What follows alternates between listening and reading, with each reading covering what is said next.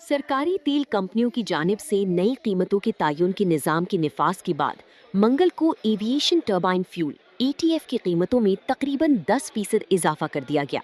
इस नई पॉलिसी के तहत मुल्की एयरलाइंस को 3 साल तक मुकर्ररा नर्ख पर ईंधन फराहम करने की पेशकश की गई है।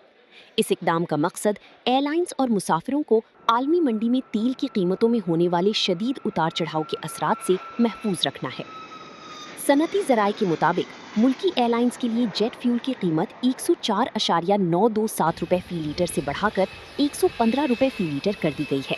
ये नई कीमत उन एयरलाइंस पर लागू होगी जो हुकूमत की कीमत इस्तेहकाम स्कीम में शामिल होंगी और ये शरह 3 साल तक बरकरार रहेगी।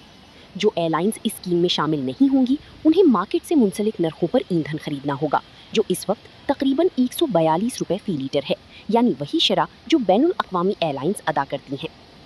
स्कीम में शामिल एयरलाइंस को आलमी कीमतों में इजाफे या कमी से मुतासिर हुए बगैर 115 रुपये फी लीटर की मुकर्ररा शरह पर ईटीएफ मिलता रहेगा। ताहम जो एयरलाइन स्कीम से बाहर रहेंगी वो कीमतों में कमी का फ़ायदा तो उठा सकेंगी, लेकिन आलमी नर्ख बढ़ने की सूरत में ज़्यादा इखराजात बर्दाश्त करना पड़ेंगे।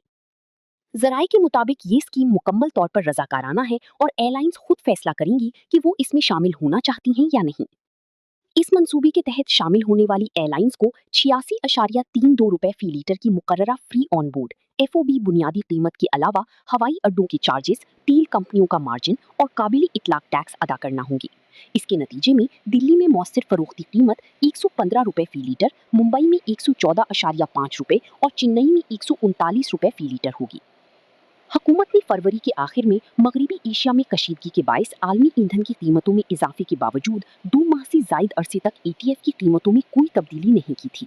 इस फैसले के बायस तेल मार्केटिंग कंपनियों को माली नुकसान का सामना करना पड़ा। हुकूमती ज़राए का कहना है कि ये कोई सब्सिडी नहीं बल्कि एक आर्जी इस्तेहकामी निज़ाम है, जिसका मकसद ईंधन की कीमतों में गैर मामूली उतार चढ़ाव को कम करना, शफाफ निगरानी को यकीनी बनाना और सरकारी फंड्स की मुकम्मल वापसी को बरकरार रखना है। मुसाफिरों के लिए इस फैसले का सबसे बड़ा फायदा ये होगा कि फ़ज़ाई किरायों में अचानक इजाफे के इम्कानात कम होंगे, क्योंकि एयरलाइंस को ईंधन की कीमतों में गैर मुतवक्का इजाफे का सामना कम करना पड़ेगा। इस तरह हुकूमत का मकसद मुसाफिरों पर इजाफी माली बोझ कम करना और हवाई सफ़र की किरायों में ज़्यादा इस्तेहकाम पैदा करना है। ब्यूरो रिपोर्ट, मुंसिफ टीवी।